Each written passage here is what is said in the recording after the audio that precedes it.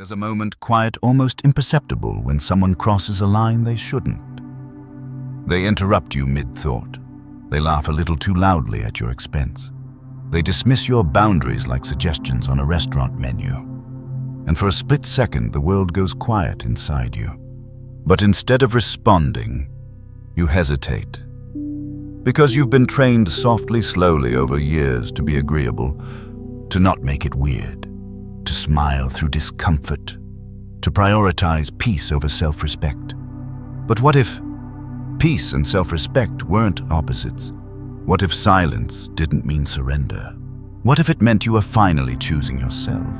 Let's start there. The silent stare. It sounds almost too simple, doesn't it? Not a clever comeback, not a raised voice, just a look. Still, unbothered, steady, no blink, no twitch, no apology. But let me tell you something that most people never realize until it's too late. There is nothing more unsettling to a disrespectful person than a target who refuses to react. They thrive on pulling you into their orbit. They throw jabs not always with fists, but with tone. They're fishing, waiting, hoping that you'll flinch, stammer, that you'll defend yourself and thus give them authority over you. But when you don't, when your eyes simply meet theirs like a mirror, they weren't ready to look into you, shift the power without saying a word. You become the silence they weren't prepared for. I remember the first time I truly used it. Not the accidental kind of silence, the one that comes from being stunned, but the deliberate kind. The kind you settle into like a chair you finally earned the right to sit in. It was a meeting. A loud man was doing what loud men often do, interrupting, over-explaining, assuming the floor belonged to him by default. He kept talking over me. Not just once, not just twice. And I felt it, that old itch to be polite, to wait my turn, to smile as if I were unbothered. But I wasn't unbothered. I was tired, not just of him, but of how often I'd handed over my dignity in the name of keeping things professional. So I leaned back, crossed my arms, and stared. 5 seconds. No blink, no smile, no signal of deference. It was electric. He stammered, looked away. The room shifted not just around him, but around me. I didn't say anything. I didn't need to. That's the thing about the silent stare. It's not a weapon. It's a refusal. A boundary drawn in stillness, a signal that you are no longer participating in the performance of being small. We often think that to protect ourselves, we must speak, must explain, defend, correct. But every word we give to someone who disrespects us is a tiny inheritance we hand over, and silence. Real. Silence isn't passive. It's a declaration. You're saying, I will not shrink so you can feel tall. I will not bleed in front of you so you can feel powerful. I will not dance to music I didn't ask to hear. What's interesting is how few people know what to do with that kind of silence. They squirm, they fidget, they fill the air with nervous justifications or clumsy humor. Because what you've done is return them to themselves. And most people spend their whole lives trying to avoid that very thing. You've turned off the noise. You've let them sit in the echo of their own behavior. No moralizing, no lectures, just silence. And in that silence, you reclaim something you didn't even know you'd given up. Your time, your presence, your authority over your own energy. But here's the harder part. To hold that silence, you have to believe you are worthy of it. You have to believe that your peace is not a favor, but a fact. That you don't owe reactions to everyone who demands one. That not everyone deserves access to your nervous system. It's not easy, especially if you've spent your life accommodating. Especially if your kindness was mistaken for weakness more times than you can count. But there's something holy about learning to sit with yourself in those moments. To say without saying, I will not beg you to treat me well. I will simply remove the reward of my engagement until you remember how. So here's my quiet invitation to you. The next time someone crosses that line, whether it's a jab disguised as a joke or a pattern of passive contempt, don't rush to correct them. Just stop Look. Let the weight of your calm unnerve them. Not because you're trying to punish, but because you're trying to preserve. Preserve your worth. Preserve your presence. Preserve the quiet truth that you do not need to shout to be heard. If you've made it this far, maybe you're ready to stop explaining yourself to people who've never earned the right to your story. Maybe you're ready to start living in a room where the only voice that matters is the one inside you saying, "Stay still. You're not the one who needs to move." You're listening to Silent Sage Stories, where the loudest lessons are whispered. If this stirred something in you, you might want to stay a while. Like, subscribe, and let your silence speak volumes. There's a difference between being quiet and being silenced. The world often doesn't know the difference. They see you not responding and assume you have nothing to say. They take your silence as submission, as weakness, as retreat. But you know better now, because sometimes silence is not absence. It's authority. It's what happens when you choose to stop bleeding energy into conversations that were never meant to nourish you. There's something beautiful about refusing to react, about letting their words fall into the space between you like ash from a fire they thought you'd help them fan. They say something sharp, expecting a wince. They toss out a passive-aggressive dig, expecting engagement.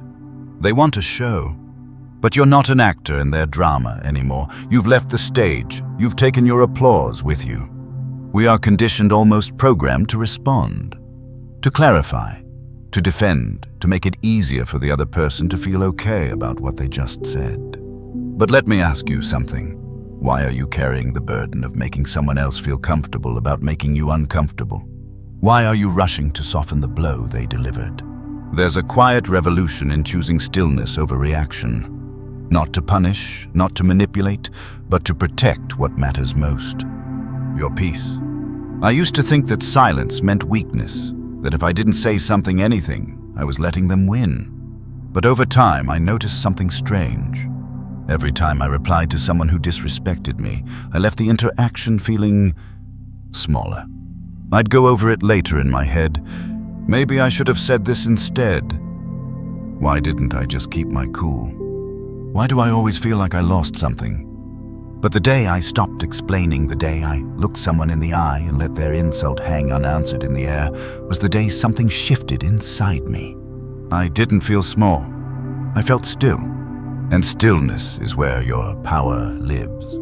Here's the truth they don't tell you. People who constantly push boundaries make digs laugh at your dreams.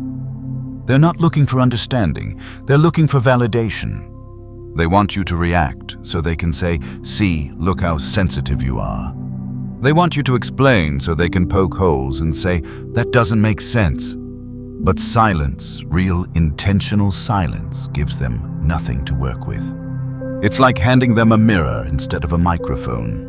I remember someone once criticized my work in front of others. The kind of critique wrapped in a joke, so if you took offense, they could say I was just teasing. I looked at them. Just looked.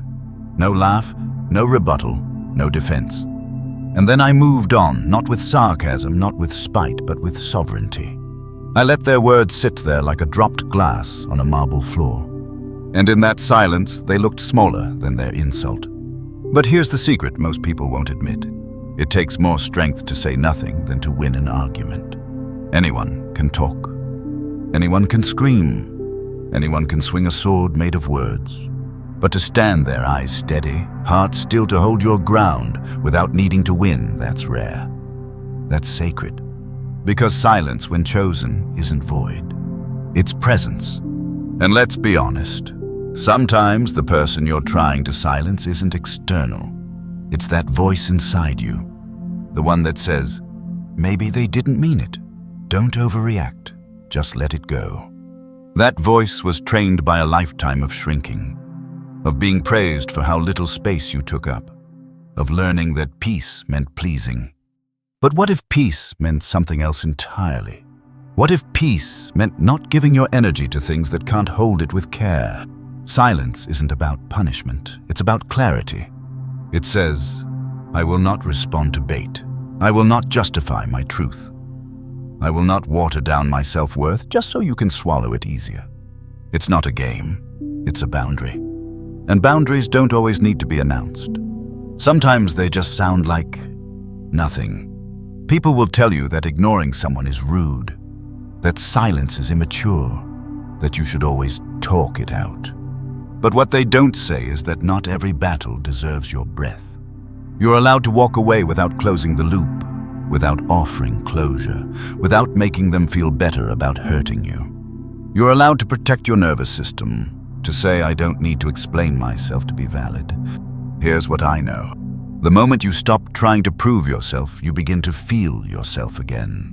You hear your thoughts more clearly. You breathe deeper. You recognize the subtle violence of conversations you used to think were normal. And in that clarity, you begin to choose what to respond to, what to release, what no longer gets a seat at your table. You realize not everyone deserves your words. Not everyone has earned your energy. Not everyone gets to take you away from yourself. So the next time you feel that old urge to justify, to correct, to explain, pause. Ask yourself, is this a conversation or a performance? Am I speaking to be understood or to feel momentarily less alone? And if the answer feels hollow, choose silence. Not because you're retreating, but because you've finally returned to yourself.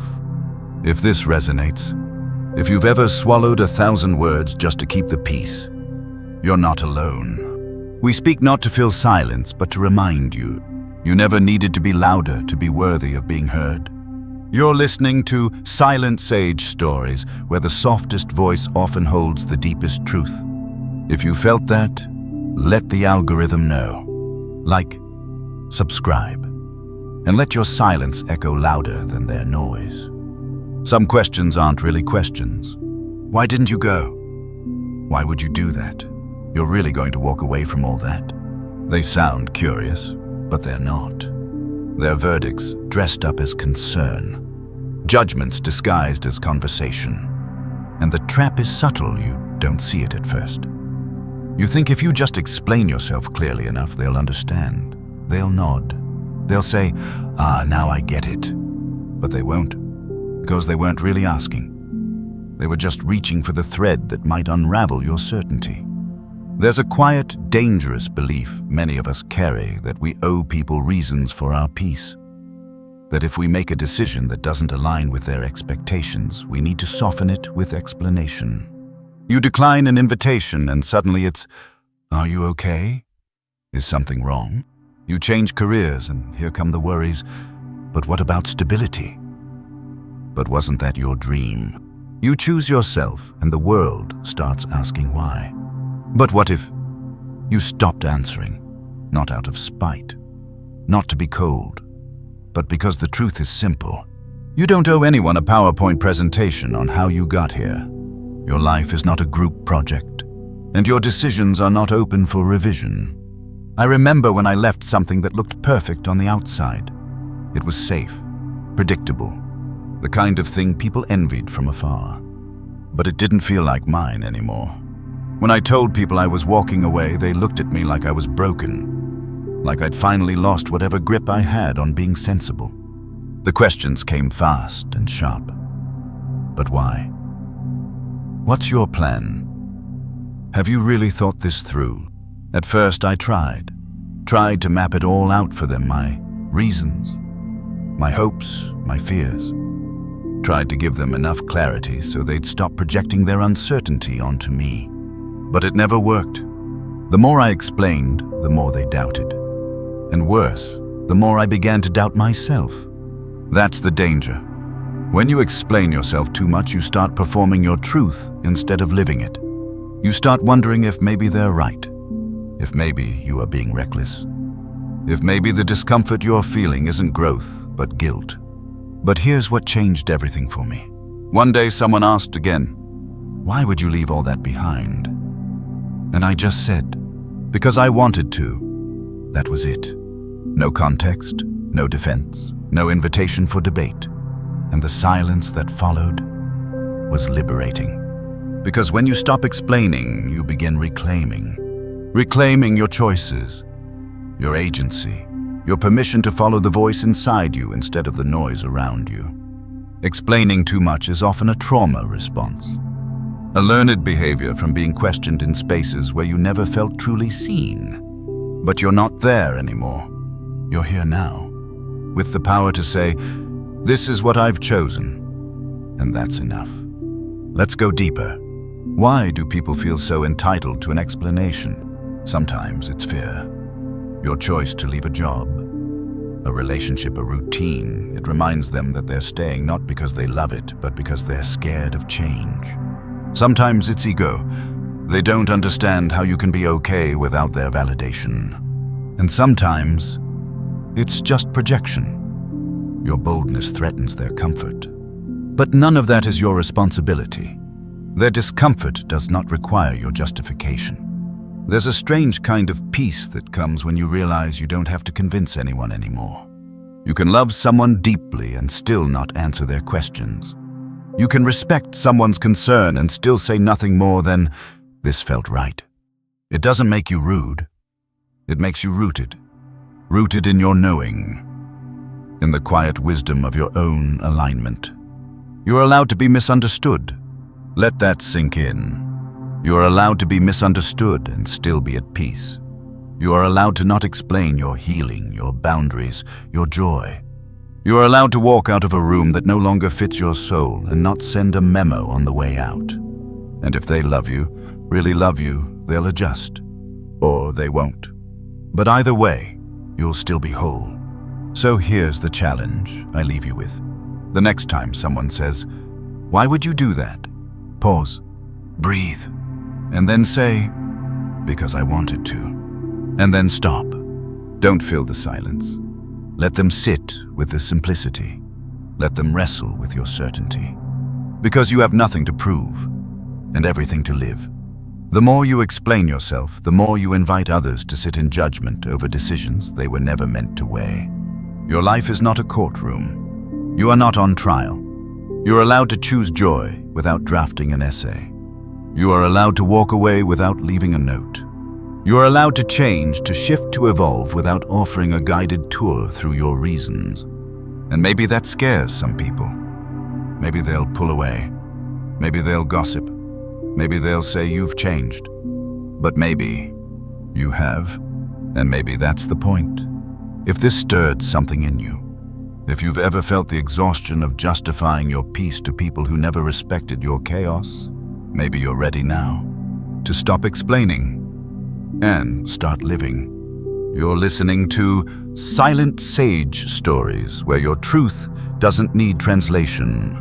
If this helped you breathe a little deeper, like, subscribe, and walk away quietly from anyone who asks you to shrink before they'll accept you. There are people in your life right now who don't see you. Not really. They see a version of you that serves them. The one who listens more than she speaks. The one who laughs at their jokes even when they cut too close. The one who shows up, even when her heart says stay home. They're not cruel, not always. Sometimes they're just familiar. And sometimes familiarity is the most dangerous comfort of all.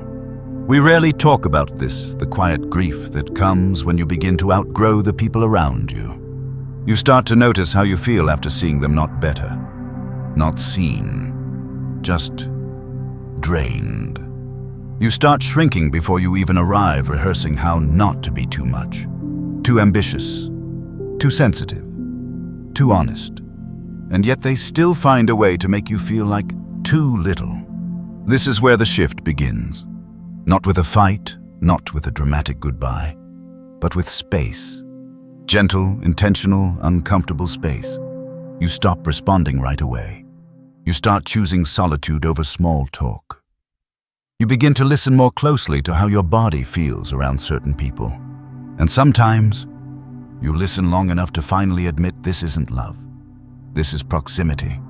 It's hard, because we're told to be loyal, to stick it out, to forgive endlessly. We're told that setting boundaries makes us cold, distant, selfish. But here's what I've learned. Distance is not disrespect. Distance is clarity. And choosing it doesn't make you cruel. It makes you free. I once had someone in my life who made everything feel like a subtle war. Nothing overt, just little comments, little corrections. A constant need to make me feel a few inches shorter so they could stand taller. At first, I brushed it off, called it teasing, told myself I was being sensitive. But over time, I noticed something dangerous. I started pre-editing myself around them. Not speaking my truth, not sharing my joy, not growing too brightly. And that's when I knew this wasn't a relationship. This was erosion. So I didn't confront them, didn't scream, didn't explain. I just stepped back, a little at a time. Less availability, fewer explanations, more silence. And in that space, I began to feel something I hadn't felt in a long time. Peace. There's a myth that says if you care, you stay. But the truth is more nuanced. Sometimes the deepest act of care is choosing yourself in the quiet face of someone who never really chose you. Sometimes letting go is not the end of love, it's the beginning of self-respect. And sometimes, the only way to heal is to stop letting people hurt you under the guise of history. Here's what distance teaches you. It shows you who reaches back when you stop reaching first. It reveals which relationships were held together by guilt, not love. By obligation, not nourishment. It clears the fog so you can finally see who honors your boundaries and who only loved the version of you that kept shrinking. And yes, it will feel lonely at first. Terrifying even. You'll wonder if you're overreacting. If maybe it's all in your head. You'll feel the echoes of old conditioning whispering what you've known them forever. But they're family. But they mean well. But you'll also feel something else rising. The part of you that no longer wants to be tolerated. The part that wants to be loved, without compromise. Let's be honest. Some people are only kind when you stay small. Only warm when you stay quiet. Only present when you play the version of yourself they've learned how to manage. But growth makes noise. Healing disrupts patterns. And people who benefit from your silence will rarely celebrate your voice. So here's my invitation. Think about who drains you. Not just annoys you. Not just challenges you. But who makes you feel like you're constantly translating your worth into a language they refuse to learn. And then start creating distance. You don't owe them a speech. You don't owe them a villain. You owe yourself space. Because here's what I know. The people meant for you won't require that you contort. They won't punish your evolution. They won't confuse your boundaries with betrayal. They'll meet you where you are and walk beside you, even when the path changes. But you'll never find them if your life is too full of those who only love the quiet version of you. You don't have to burn bridges. Just stop crossing them for people who wouldn't meet you halfway. Let them wander. Let them sit with the silence you used to fill. Not to hurt them, but to heal yourself. If you feel guilt rising, that's normal. That's what happens when you've been taught that self-abandonment is noble. But guilt is not a compass. Peace is. And peace will often ask you to let go of what's familiar, so you can make room for what's sacred. This isn't about being better than anyone. It's about being better to yourself. You're not walking away out of superiority. You're walking away out of self-preservation. And that's not cruelty, that's clarity. So, if you're listening to this right now with the weight of a relationship in your chest, a friendship, a family tie, a lingering connection that no longer fits, this is your permission. Not to hate them, not to change them, but to choose you. Softly, slowly, without apology. You're listening to Silent Sage Stories, where walking away is not the end, but the beginning of returning to yourself. If this helped you breathe a little easier, subscribe and give yourself the distance you once begged others to grant you. Not everything sacred makes noise. Sometimes the most radical act of self-respect is walking into a room and refusing to shrink. No speech, no defense, no armor. Just shoulders back, chin lifted, eyes steady. Because holding your head high is not arrogance, it's alignment. The world will try to convince you otherwise. They'll say, "Don't get too full of yourself. Who do you think you are? Tone it down. But what they really mean is, don't remind me of everything I gave up on. Because quietly confident people disrupt the hierarchy. They don't play small to make others feel tall. They don't apologize for existing out loud. And that to the insecure feels like a threat. But here's what I've learned. The people who disrespect you the most are often the ones who sense your power before you've even claimed it. They see how you carry yourself, and they hate the mirror you hold up. So they try to break you gently, with jokes that aren't jokes, with compliments dipped in venom, with questions that sound caring but feel like cuts. They want to lower your gaze, make you doubt, make you smaller. Because if you stop believing in yourself, they win. I've been there. Walking into a room where someone smirks just enough to make you wonder if you should have stayed home. Where every laugh feels a little too sharp, every glance just a bit too long. And suddenly you're shrinking not physically but spiritually. You look down, you cross your arms, you fold yourself into someone you don't even recognize. All to avoid confrontation, all to avoid standing out. But let me ask you, at what cost? You can spend a lifetime trying not to make waves. But the truth is, some people drown in your stillness. They can't stand the way you take up space without apology. They can't stand the way you love yourself without permission. And so they prod and push and poke, waiting for you to flinch. Don't. There is a version of you who no longer plays defense. She no longer laughs at jokes that hurt.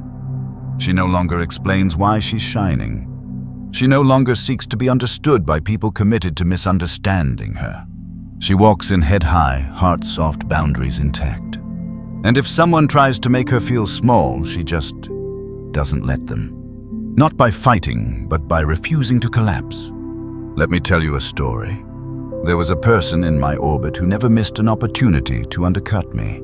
Always smiling, always lighthearted, but always cutting. They'd say things like, "Oh wow, that's bold of you," or, "Well, not everyone's wired for that kind of risk," or, "I wish I had your confidence." And for a while I played along, laughed it off, tried to win them over. But one day something changed. I walked in with nothing to prove, held my head up, listened calmly, didn't take the bait. They made their usual comment this time about how I was too intense. I smiled, looked them in the eye, and said, "Maybe." And then I moved on. Didn't flinch, didn't bend, didn't follow them into the trap. And you know what? They stopped. Because here's what no one tells you. People only poke what they believe is soft. But when you hold your head high, not as performance, but as presence, they stop seeing you as someone to mold. You become someone to reckon with. Someone who doesn't rise to provocation because they're too busy rising in purpose. Holding your head high is not about posture. It's about claiming your place, your pace, your worth. It's saying, "I know who I am. I know what I carry. And I will not be diminished just because you don't understand it." And yes, it takes practice. You'll have moments where you slip, where you second guess, where the old instinct kicks in to minimize, to appease, to adjust. That's okay. But keep returning to that version of you who doesn't shrink, to that voice inside you that says you belong here. This isn't about ego. It's about embodiment. It's not about being the loudest voice in the room. It's about knowing you don't need to be. It's walking through the world as if you already have nothing to prove. Because you don't. You are not here to beg for respect. You are here to become so deeply rooted in your own worth that even their silence feels like applause. You are here to carry yourself with a dignity that whispers, "I will not break myself to make you feel whole." So the next time someone questions your confidence disguised as curiosity, the next time they laugh a little too loudly at your ambition, the next time they tell you to lighten up or be more humble, just smile. Stand tall and let your posture say what words never could. I see what you're doing, and I am unmoved. You're listening to Silent Sage Stories, where confidence is not noise, but knowing. If this helped you stand taller in body and spirit in truth, subscribe and keep your head high, even when the world tries to bring you low. Most of us live by reflex. Someone disrespects us. We snap back, we justify, we explain, we rehearse comebacks in the shower for arguments we never should have entertained. We tell ourselves it's about strength, about not letting them win. But deep down we know we're bleeding energy into places that never deserved our presence. There's a moment, not loud, not dramatic, when you finally get tired. Not angry, not spiteful, just tired. Tired of over-explaining, tired of shrinking, tired of waiting for someone else to give you permission to be at peace. And in that stillness, something begins to shift. You stop reacting and you start choosing. That's where power begins, not in domination, not in clever retorts, but in restraint, in calm, in silence. The kind of silence that says, you no longer have access to my inner world. There's something sacred about letting someone's insult die in your quiet, about watching their words hang in the air like smoke with no fire to catch. No fuel, no oxygen, no reaction, just you untouched. The world tells you to clap back, to stand up for yourself loudly, to meet fire with fire. But that only creates more smoke. The deeper strength, the one rooted in self-respect, is cold flame. It doesn't flare, it doesn't burn, it simply refuses to be consumed. Let me ask you something. How much of your energy have you spent this year on people who don't even think about you once they walk away? How many hours have you replayed conversations that were never meant to change anything? How many times have you handed over your peace just to prove a point? And for what? You don't need closure. You need clarity. You don't need to be right. You need to be free. And freedom begins the moment you realize that not every disrespect deserves your attention. There's a story you're allowed to stop living. The one where you're always on the defense. The one where you have to fix the tension. The one where your worth hangs on someone else's ability to treat you well. You are not a character in someone else's ego play. You're the author, and you get to rewrite the rules. Here's one rule worth keeping. Silence is a full sentence. It means I don't owe you my energy. I don't accept your version of me. I don't need to dance for dignity. It's not passive, it's not weak, it's sovereign. There's a quiet revolution that happens when you stop trying to be understood by people who are committed to misunderstanding you. You don't explain, you don't defend, you don't chase. You just walk differently. Not faster, not louder. Just differently, as if your time is holy. Because it is. The most dangerous people in the room are not the loudest. They're the ones who've mastered themselves. Who know when to speak and when to let silence do the speaking. Who don't flinch when someone raises their voice. Who don't spiral when someone mocks their path. Because they've done the work, the internal excavation, and they've built a home inside themselves that no insult can evict them from. So let me ask you again, who has access to your emotional real estate? Who can press a button and make you collapse? Who gets the keys to your nervous system? And why? You're allowed to change the locks.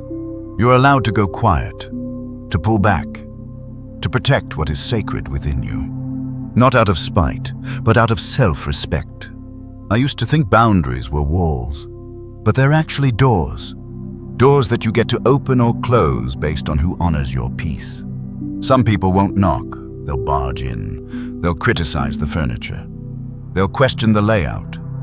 And for years I let them, until I realized this isn't their house, it's mine. So I started locking the door, started screening the calls, started listening to my body when it said, not this person, not this space. And in that silence, that brave, scary silence, I found something I never expected. Sanctuary. The kind of sanctuary that doesn't need to be explained, that doesn't need to be approved, or earned, or justified. It just is. A quiet, firm no. A long pause. A single glance. A deep breath before walking away. That's all it takes. You are not rude for reclaiming your time. You are not cruel for holding your energy close. You are not too much for wanting peace more than proximity. If someone can't respect your boundaries, they don't deserve your softness. It really is that simple. So here's your invitation. Stop reacting. Start choosing. Choose where your energy goes. Choose what deserves your breath. Choose when silence is more loving than words could ever be. And above all, choose you, without needing a reason. You're listening to Silent Sage Stories, where restraint is not repression, it's revelation. If this helped you breathe a little quieter, like, subscribe. And remember, not every battle is yours to fight. Some are won the moment you decide to walk away. There comes a point when you stop negotiating with the world about your worth. You just live. Not louder, not harder, just more honestly, as if you've remembered something you were never supposed to forget. That your presence is enough, that your peace is sacred, that your dignity was never meant to be transactional. You've spent years twisting yourself into something more palatable. You've smiled through discomfort, explained the unexplainable, stayed where you weren't seen just to avoid the loneliness of leaving. But at some point, and maybe it's today, you get tired of wearing shoes that never really fit. This isn't about revenge, or bitterness, or showing them. This is about quietly reclaiming the pieces of yourself you gave away in exchange for belonging. It's about coming home to the truth that you were never meant to beg for what should have been offered freely. Respect, kindness, space, care. Let me say this plainly. You don't have to earn your place in any room. You don't have to justify your sensitivity. You don't have to mute your joy. You don't have to carry their projections as if they were your burdens. You're allowed to just be, unapologetically, unfolded, unfiltered. And the ones who can't handle that, they were never your people to begin with. Here's the truth. Most won't tell you. Some will only respect you when you stop asking for it. When you stop playing polite. When you stop making yourself easier to digest. When you stop editing your wholeness to fit into the small space they've set aside for you. They'll call it attitude, or ego, or too much. Let them. You were never made for their comfort. You were made for your calling. All those quiet acts of defiance. The silent stare. The unanswered question. The choice to leave, the refusal to explain the way you still hold your head high.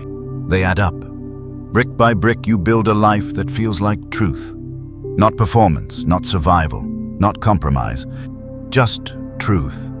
And truth, real truth, isn't always convenient. Sometimes it costs you relationships. Sometimes it gets you labeled. Sometimes it means walking alone for a while. But I promise you this. Nothing you lose for the sake of your self-respect is ever truly lost. You'll miss them, yes. The ones who fell away when you started rising. You'll question yourself sometimes. Wonder if you were too rigid, too distant, too harsh. But then you'll breathe. Feel the silence, the absence of chaos, the softness in your own presence. And you'll know, peace was the point all along. You are not difficult. You are discerning. You are not distant. You are protecting your light. You are not cold. You're careful with your warmth now. And that is growth. So what now? Now you live, not in rebellion, not in bitterness, but in clarity. You become someone who doesn't flinch when disrespected, who doesn't chase after understanding, who doesn't explain joy or apologize for healing. You become someone who walks into a room like she built it, because in some ways, she did. Let others gossip. Let them misunderstand. Let them mislabel you. That's none of your business. Your business is this. Protect your peace. Honor your instincts. Hold your head high. Speak less. Feel more. Let go when it's time. And above all, never let someone's inability to see your worth make you blind to it yourself. If no one told you today, let me be the one. You are worthy of a life where you don't have to explain why you need space, where your silence is respected, where your boundaries are honored, where your light is not dimmed by those too afraid to shine themselves. You are not asking for too much. You're simply asking the wrong people. And one day, sooner than you think, you'll look around and realize you're not alone anymore. You'll see the ones who didn't flinch at your wholeness, the ones who didn't need you to shrink before they could love you, the ones who didn't see your silence as distance but as depth. They will be your mirror, your reminder that you were never too much, you were just early. So walk slowly now, but don't stop. Let the world adjust to your pace. Let it rise to meet your energy. And if it doesn't, keep walking, because the path ahead is yours, unapologetically, irrevocably, undeniably yours. You've been listening to Silent Sage Stories, where we don't scream for respect. We live in a way that makes disrespect irrelevant. If this story helped you come home to yourself, like, subscribe. And remember, you're allowed to leave any room where you have to beg to be seen. And you are allowed to build your own brick by beautiful brick.